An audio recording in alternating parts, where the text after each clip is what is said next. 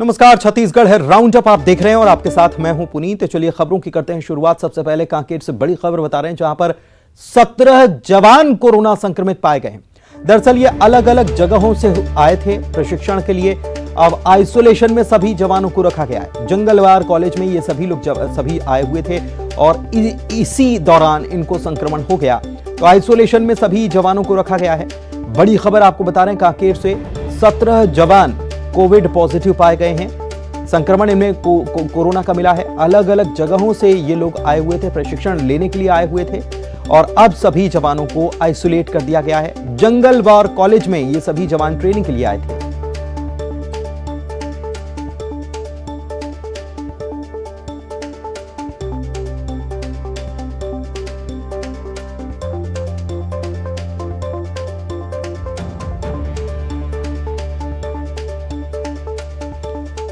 युगल हमारे संवाददाता हमारे साथ लाइव जुड़े हुए हैं, सीधे उन्हीं से जानकारी लेते हैं इस पूरे मामले को लेकर। युगल, 17 जवान कोविड पॉजिटिव पाए गए, अलग अलग जगहों से आए हुए थे। कितने लोग इनके संपर्क में, कितने जवान इनके संपर्क में आए? ट्रेनिंग के लिए आए थे लेकिन इनमें कोरोना संक्रमण पाया गया है। जी देखिए, सभी जंगलवार जो हैं वहां के प्रशिक्षण के लिए आए हुए थे। इस दौरान जब उनकी कोविड जांच की गई तो सभी 17 जवान हैं वो कोरोना से संक्रमित पाए गए हैं। सभी को होम आइसोलेट में रखा गया है और वहां पे गहन चिकित्सा भी दिया जा रहा है। और जिस तरह से अगर हम बात करें, कांकेर जिले में अब तक 34 कोरोना के जो नए एक्टिव केस है वहां पर सक्रिय है। इसके अलावा भी कोरोना का विस्फोट एक जो आवासीय छात्रावास है, सिरसिदा छात्रावास है, वहां के छात्रों को हुआ है। यहाँ के 10 छात्र हैं वो भी कोरोना के संक्रमित पाए गए हैं। दरअसल ये सभी हरेली त्यौहार मनाने अपने अपने घर गए हुए थे और जब आए तो उनका भी कोरोना जांच किया गया था। तो वो भी 10 बच्चे हैं जो आवासीय छात्रावास में रहते हैं, उन्हें भी संक्रमित पाया गया है। कुल मिलाकर 17 जवान हैं वो जो कोरोना के संक्रमित हैं। इसके अलावा आवासीय छात्रावास के जो 10 छात्रावास जो छात्र हैं वो भी कोरोना से संक्रमित पाए गए हैं। अगर हम पूरे प्रदेश में बात करें कोरोना संक्रमण के, तो काफ़ी तेज़ी से जो आंकड़े हैं वो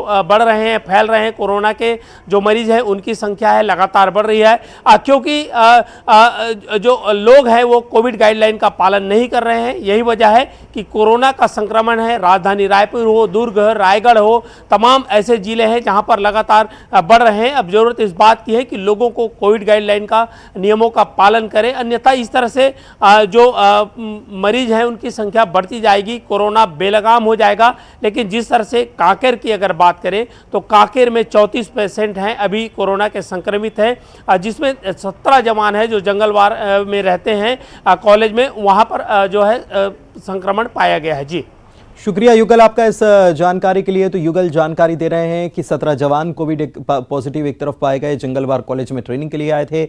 उधर कांकेर से ही ये भी खबर बता रहे थे युगल कि 10 छात्र कोरोना संक्रमित पाए गए हैं। ये सभी छात्र हरेली त्योहार से लौटे हैं और सभी चारामा के सिरसिदा छात्रावास के छात्र बताए गए हैं। इन सभी को क्वारंटीन कर दिया गया है। इन पर नजर बनाई हुई है और इनका इलाज भी चल रहा है। बढ़ते हैं आगे। बालोद से बड़ी खबर आपको बता रहे हैं, न्यूज़ 18 के खबर का बड़ा असर हुआ है।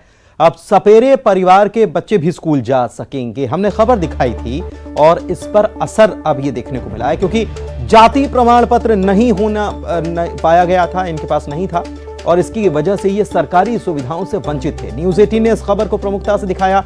नाग पंचमी वाले दिन इस खबर को हमने दिखाया, जिसके बाद प्रमुखता से खबर दिखाई गई। अब खबर दिखाए जाने के बाद कलेक्टर गौरव कुमार सिंह ने इस पर संज्ञान लिया है और सपेरों की बस्ती में शिविर लगाया गया है। स्वास्थ्य जांच की जाएगी, इनको कोरोना का टीका भी लगाया जाएगा।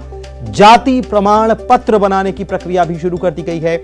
इसके अलावा श्रम कार्ड के जरिए सरकार की जितनी भी योजनाएं हैं उनका लाभ भी अब इनको मिल सकेगा। तो बहुत अच्छी खबर, न्यूज़ 18 ने इस खबर को प्रमुखता से दिखाया था। नागपंचमी वाले दिन इस खबर को हमने दिखाया और बताया कि कैसे ये लोग परेशान हैं, इनका जीवन यापन सांपों को दिखाने नागपंचमी या कुछ ऐसे मौके आते हैं जब ये सांप का खेल दिखाते हैं और उसके बाद फिर उनको जंगल में छोड़ दिया करते हैं। लेकिन सबसे बड़ी समस्या इनके साथ ये थी कि इनका जो कुनबा है उनमें से केवल एक बच्चा 9वीं कक्षा का छात्र था, बाकी छात्र पढ़ नहीं पा रहे थे क्योंकि उनके पास जाति प्रमाण पत्र नहीं था। और इस वजह से अब इस खबर को दिखाए जाने के बाद इस पर संज्ञान कलेक्टर ने लिया है।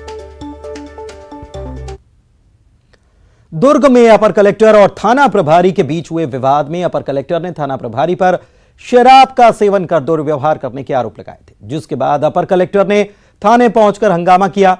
थाना प्रभारी ने अपर कलेक्टर की प्लेट लगाकर गाड़ी में बिना नंबर प्लेट के घूम रहे 2 लोगों को नियम बताते हुए कहा था कि जब अधिकारी गाड़ी में ना हो तो पद नाम की प्लेट को ढककर गाड़ी चलानी चाहिए।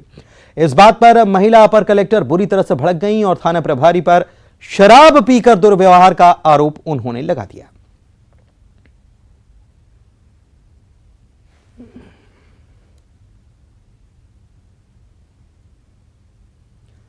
सरगुजा संभाग में एक बार फिर से भूकंप के झटके महसूस किए गए। इससे पहले भी 11 और 29 जुलाई को सरगुजा संभाग के कोरिया जिले के 2 इलाकों में भूकंप के झटके महसूस किए गए थे, लेकिन फिर से आज सरगुजा संभाग के सूरजपुर जिले में 11:58 के बीच में भूकंप के झटके महसूस किए गए। इसकी तीव्रता 3 मापी गई है रिक्टर पैमाने पर, जो कि जमीन से 10 किलोमीटर की दूरी पर था। मौसम वैज्ञानिक अक्षय मोहन भट्ट ने कहा है कि भूगर्भ शास्त्री को इस बारे में पता लगाने की जरूरत है कि आखिर बार बार भूकंप के झटके क्यों महसूस किए जा रहे हैं। भूकंप के झटके अंबिकापुर, सूरजपुर और कोरिया जिले के कई क्षेत्रों में महसूस किए गए। संभाग के सूरजपुर जिले में 11:57 पर एक भूकंप का हल्का झटका महसूस किया गया है, जिसकी तीव्रता 3.0 रिक्टर थी। और इस भूकंप का जो मुख्य केंद्र था, जिसको एपिसेंटर कहते हैं, उसका अक्षांश था 23.0 डिग्री उत्तर, देशांतर था 82.8 डिग्री पूर्व और इसका जो सेंटर था ये ज़मीन भू सतह से 10 किलोमीटर की गहराई पे था।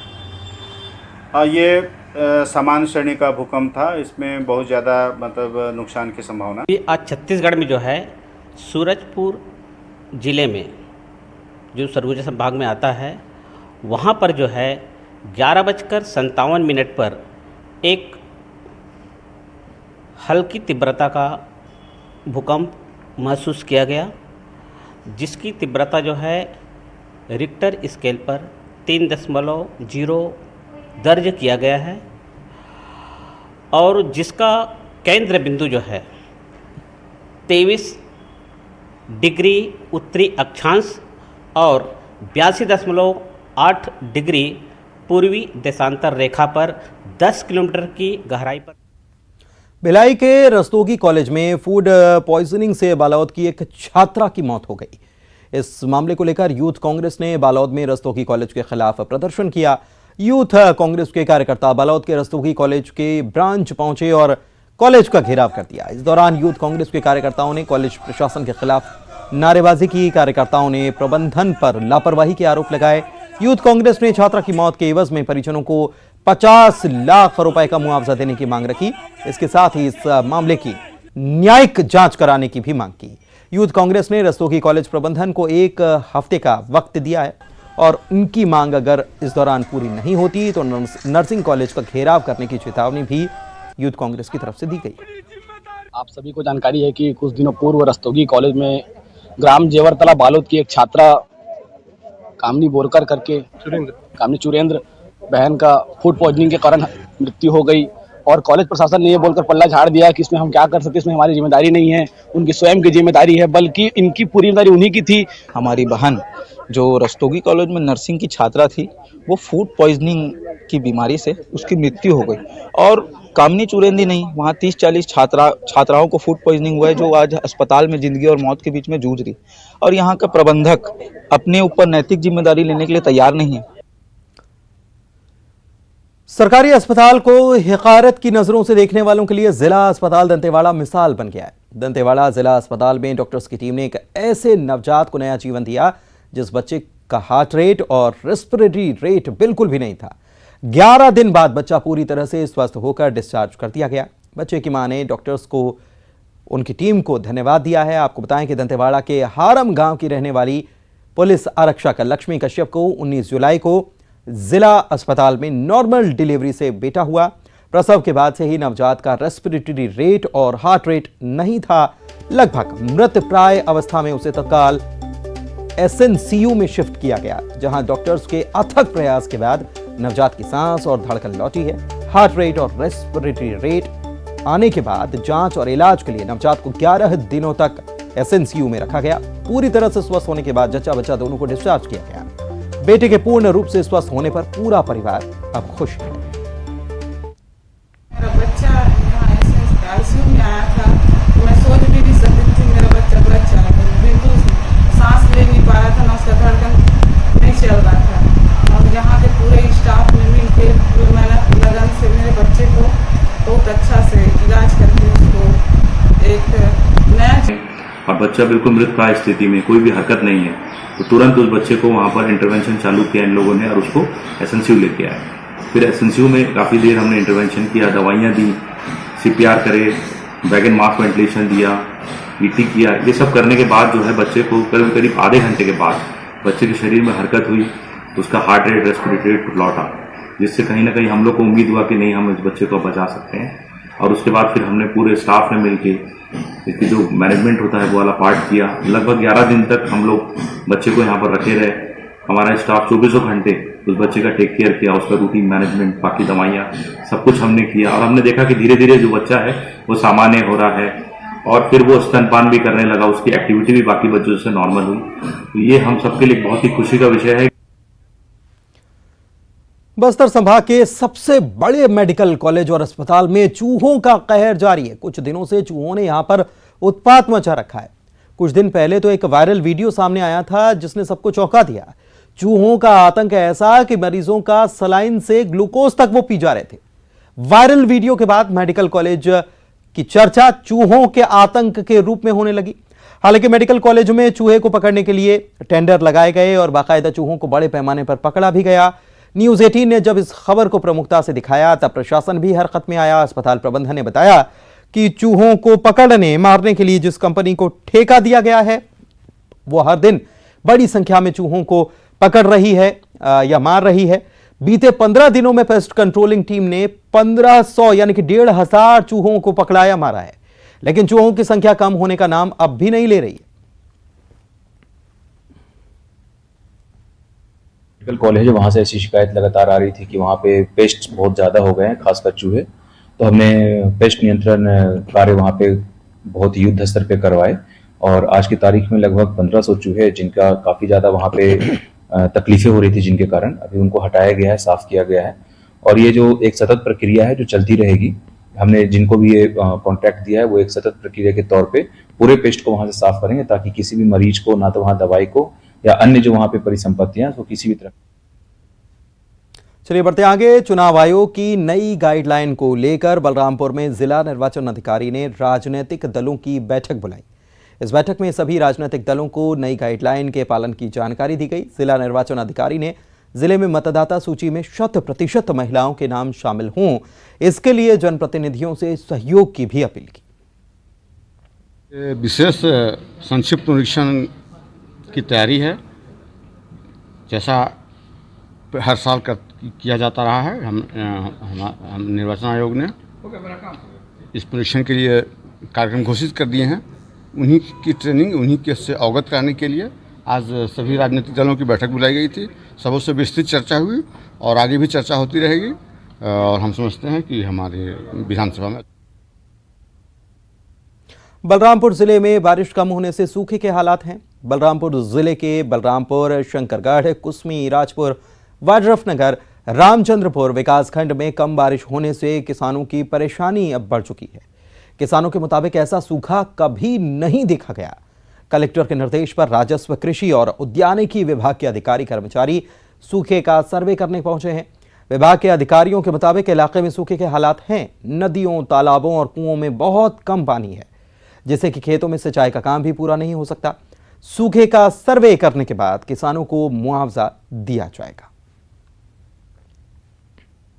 बारिश तो नहीं हो रहा है, शुरू से भी नहीं हुआ है और थोड़ा मोड़ा हो रहा है तो कुआं वहाँ से एक दो क्यारी किए भी हैं तो भी मरने के कगार में। कुआं, तालाब, नदी सब सूख गया, पानी कहीं नहीं है। और अब बरसात भी होगा तो बीड़ा जो करते हैं हम लोग गाछी, वो तो बूढ़ा हो गया, बूढ़ा में वो पैदा नहीं होगा। और रोपाई करने में इतना खर्चा भी है ना कि वो धान के पैदा नहीं पूरेगा।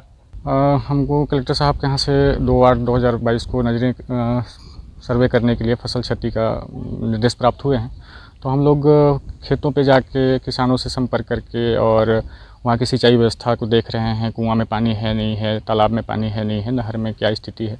तो हमको अभी हर जगह लगभग 10% 15% ही अभी कुएं में या तालाब में पानी समझ में आ रहा है और खेतों में बुआई की स्थिति बहुत ही। इधर सूरजपुर की भी बात करें तो यहां पर भी औसत से बेहद कम बारिश होने की वजह से किसान परेशान हैं। 101 ग्राम पंचायतों वाले जनपद प्रतापपुर में बांकी नदी कई दशकों बाद बारिश के मौसम में भी सूखी है। बांकी नदी के सूखने से सैकड़ों हेक्टेयर भूमि में सिंचाई का काम प्रभावित हो गया। किसान कहते हैं कि बांकी नदी का सूखना सुखद संकेत नहीं है, जिले में सूखे और अकाल की स्थिति भी बन सकती है।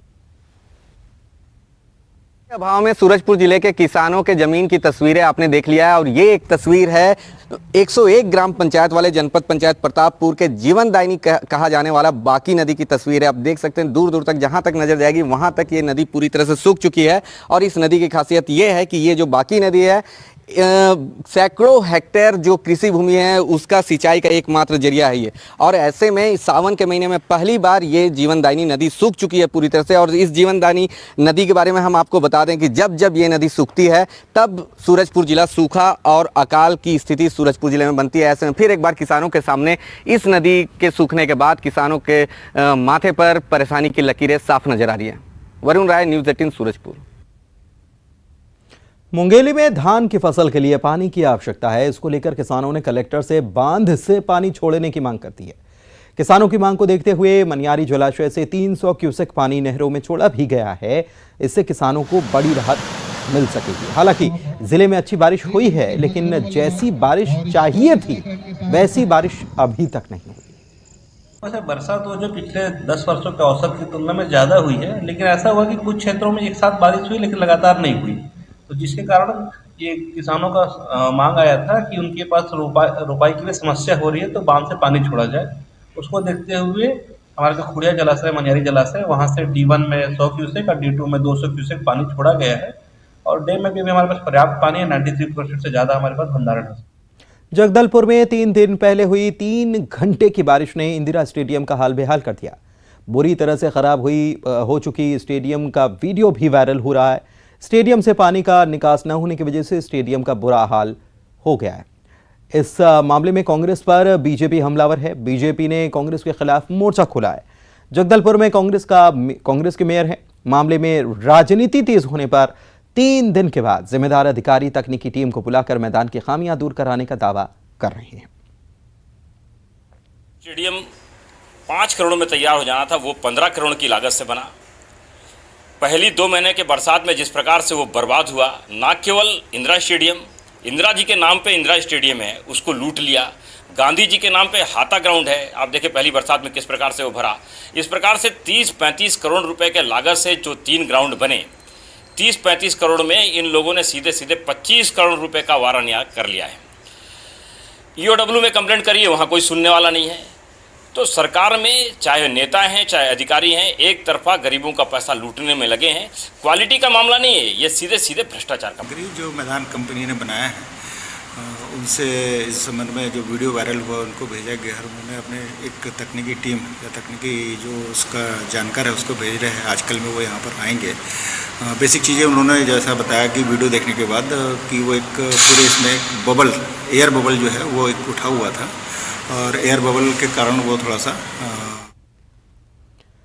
इधर कोरबा में कई इलाकों में जहां भारी बारिश ने लोगों का जीना मुहाल कर रखा है, वहीं जिले के कई क्षेत्र कम बारिश को लेकर परेशान हैं। कोरबा के कम बारिश वाले यानी सूखाग्रस्त क्षेत्रों का कलेक्टर संजीव कुमार झा ने किसानों के खेत पहुंचकर किसानों से फसल को लेकर बातचीत कर उसका जायजा लिया। किसानों से मुलाकात के दौरान वर्षा मापी यंत्र की रिपोर्ट को आधार मानते हुए शासन ने दर्री तहसील को सूखाग्रस्त घोषित किया है। इस दौरान कलेक्टर ने कम समय में तैयार होने वाली फसल को लेने की सलाह भी दी। बीज और सिंचाई सुविधाएं उपलब्ध कराने के लिए कृषि अधिकारियों को निर्देश भी दिए।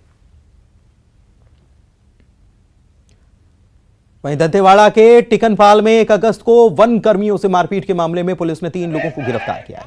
तीनों ग्रामीणों को कोर्ट में पेश कर जेल भेज दिया गया। उधर 3 लोगों की गिरफ्तारी के विरोध में 50 से ज्यादा ग्रामीण टिकनपाल थाना पहुंचे और तीनों को निर्दोष बताते हुए उन्हें छोड़ने यानी रिहा करने की मांग की।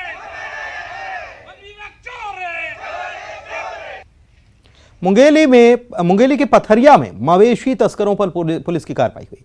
ट्रक में भरकर गाय को बूचड़खाने ले जाया जा रहा था। पुलिस ने घेराबंदी की, ट्रक को पकड़ा, एक आरोपी को गिरफ्तार भी किया गया।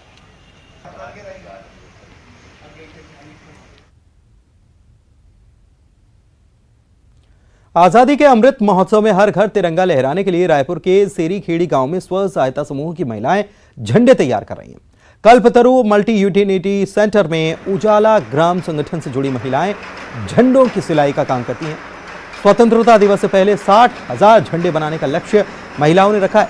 आजादी के 75 साल पूरे होने का जश्न इस बार शानदार होने जा रहा है, क्योंकि हर घर तिरंगा फहराने की अपील देश के प्रधानमंत्री ने की है। प्रधानमंत्री की अपील को पूरा करने के लिए रायपुर की महिलाएं शिद्दत से इसे बनाने में जुटी हैं। इसका जायजा लिया हमारे सहयोगी।